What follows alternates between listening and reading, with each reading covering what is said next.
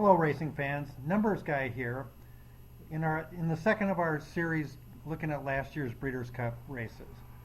This race is the 1 mile 2-year-old filly turf race.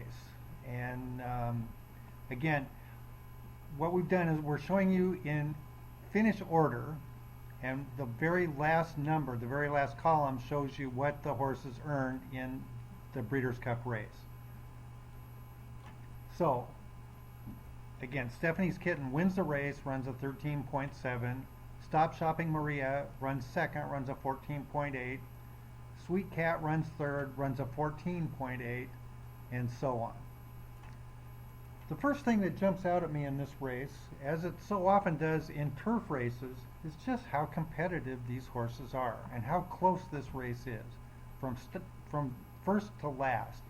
Get a 13.7 as the winner, and the last place horse runs a 19.0.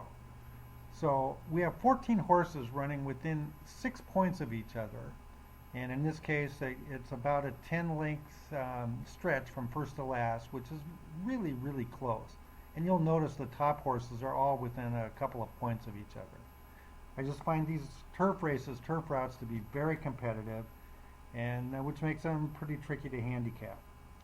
Anyway, taking a look at this particular race, the winner, Stephanie's Kitten, certainly at 6-1 was a bit of a surprise, but looking at her numbers, she has quite a nice looking form.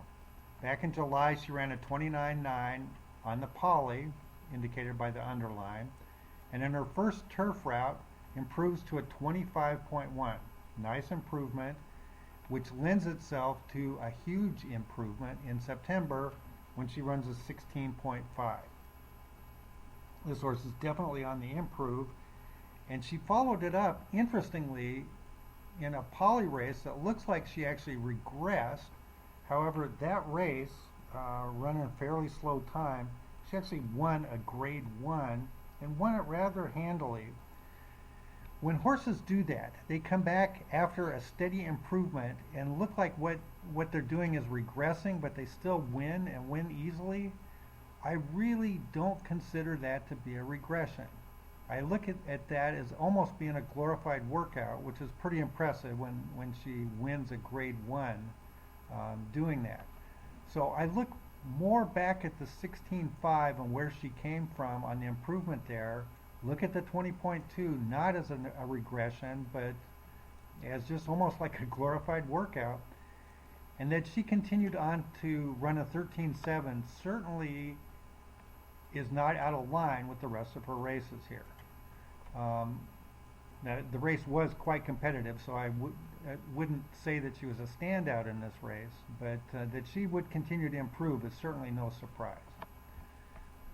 The place horse, Stop Shopping Maria, had some astounding numbers. Back in July, she ran an 8.9 and followed that up in August with a 7.4. These are blistering fast numbers.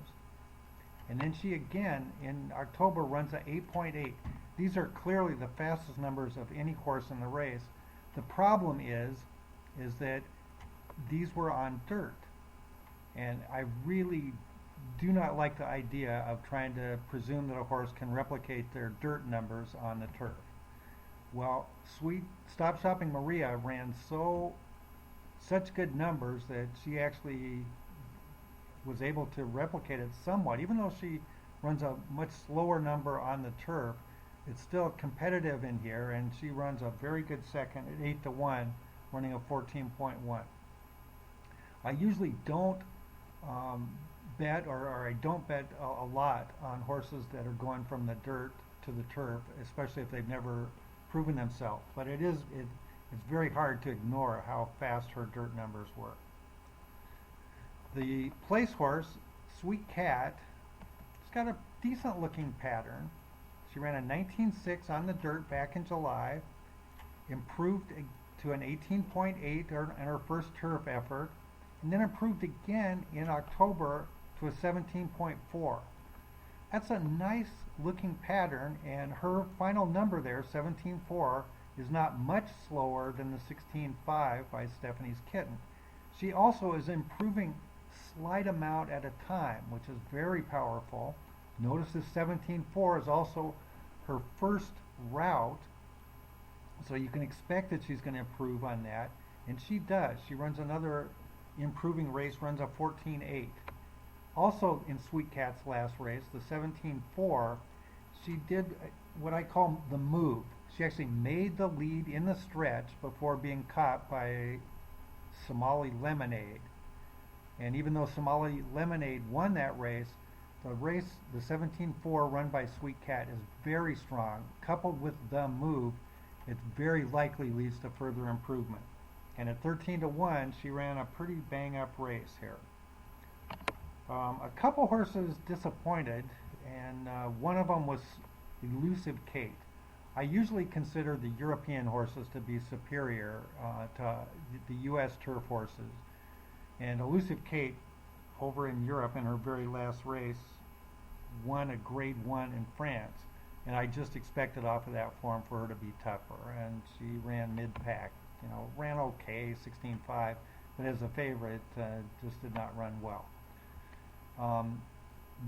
The U.S. horse that disappointed was Day at the Spa. You can see she ran a 19.4 in first out and comes right back, runs a 15.4, which was, I think, the fastest last race of anybody in this race. And then she just did not carry forward on that. She ran okay, didn't regress a lot, but just did not move forward and run fairly far back.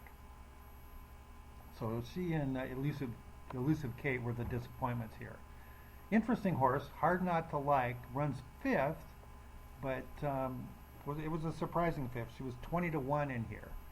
And she's got what we call the circle back pattern. You can see back in July she ran a 16.4, then she ran a very strong 14.6, which was the fastest turf race on here. Faster than Day at the Spa and faster than Stephanie's Kitten. She then bounced and ran a 20.4, and then in October she regrouped a little bit and headed back. Ran a 16.9 here, and that oftentimes that's a turn the corner kind of race. So she regressed to the 20.4, and then improved again to the 16.9. That she would have further improvement again here is certainly no surprise. And even though she ran fifth at 20-1, she was quite competitive. This is a very strong pattern. Look for this in the future. And then in addition, Up ran fourth at 21-1. This was a horse that had run 2 times in Europe and just ran a bang-up race, as I usually expect the Europeans to do. Okay, that's it for this race. And again, because of our time limits, we'll cover all the races, and tomorrow we'll cover race 7 from the Breeders' Cup.